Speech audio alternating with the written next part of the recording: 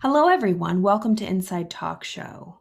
Happy Tuesday. Feliz martes. Bienvenidos a Inside Talk Show. Soy Carla Elizondo. I am Carla Elizondo, continuing the reading of Neville Goddard. Your faith. The power of awareness. I almost said your faith is your fortune. That was another time, my friends. Here we go.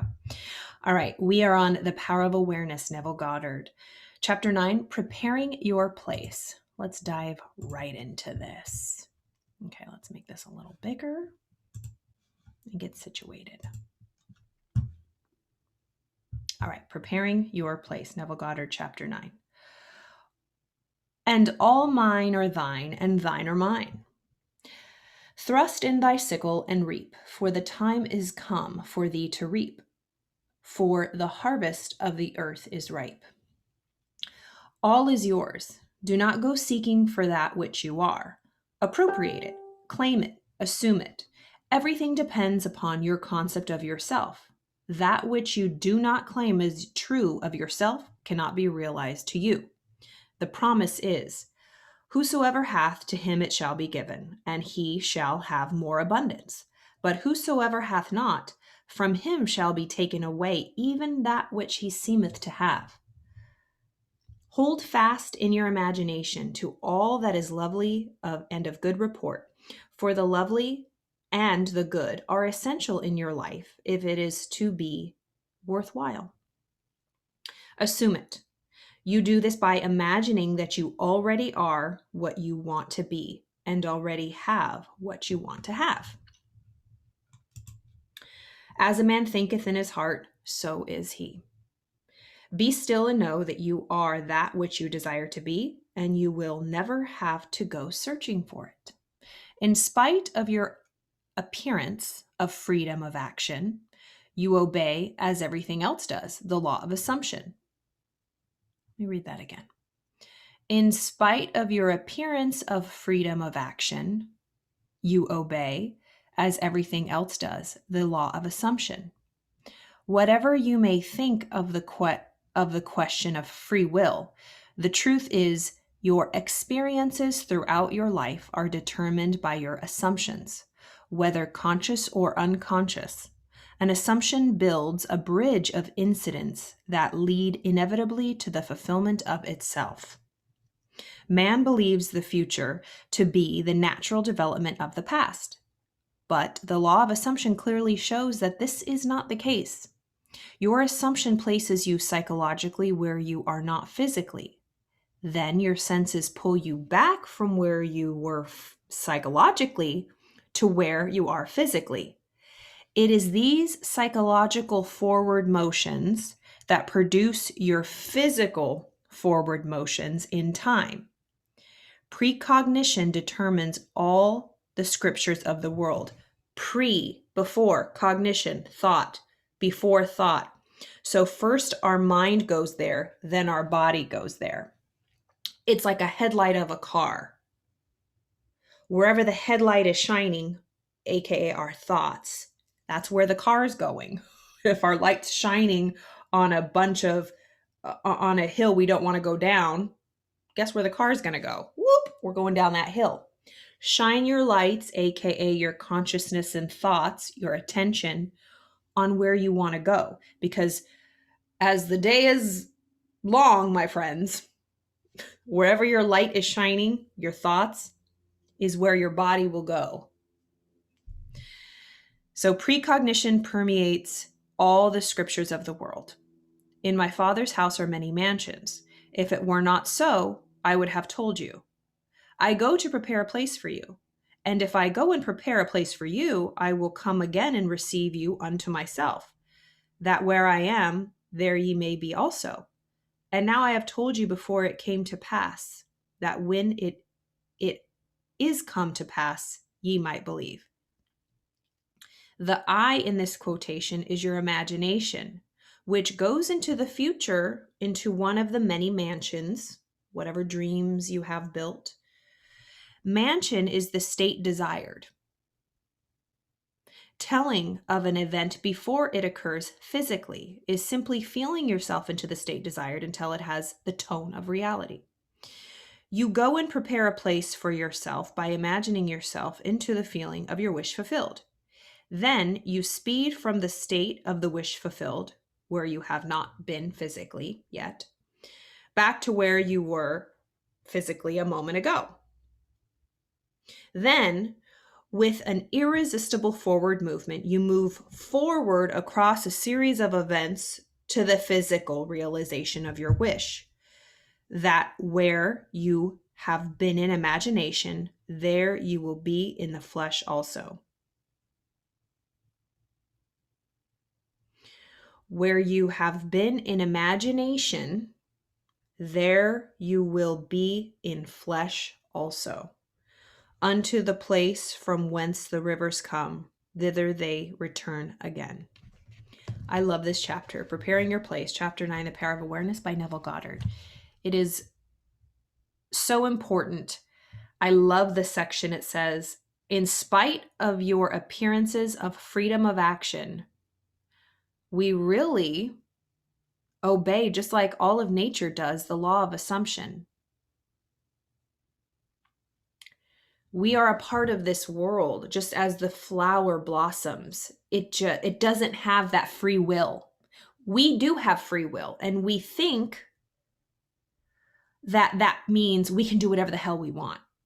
I mean, we can do whatever we want. But if we do not follow the rules, the universal laws, that's when we run into walls. And this is a really kind of deep topic.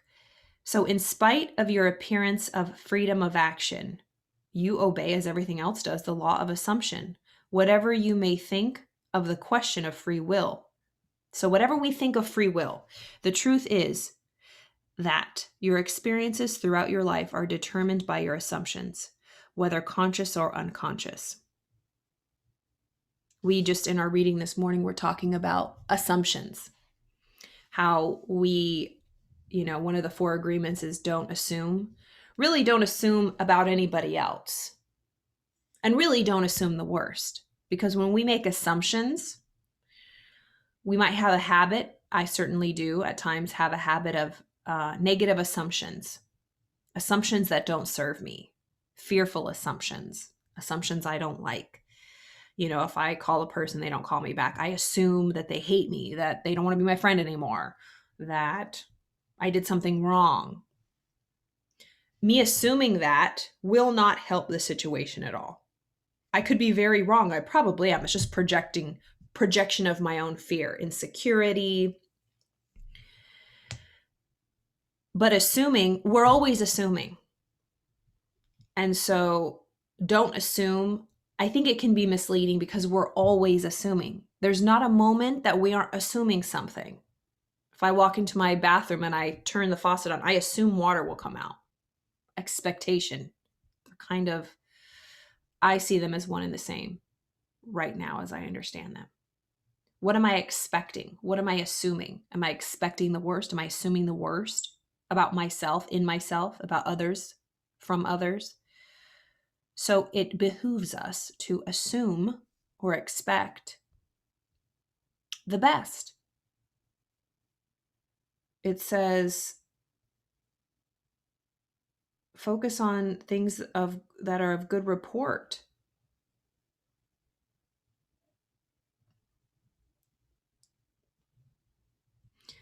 Hold fast in your imagination to all that is lovely and of good report, for the lovely and the good are essential in your life. If it is to be worthwhile, assume it. Assume the best. Assume the lovely.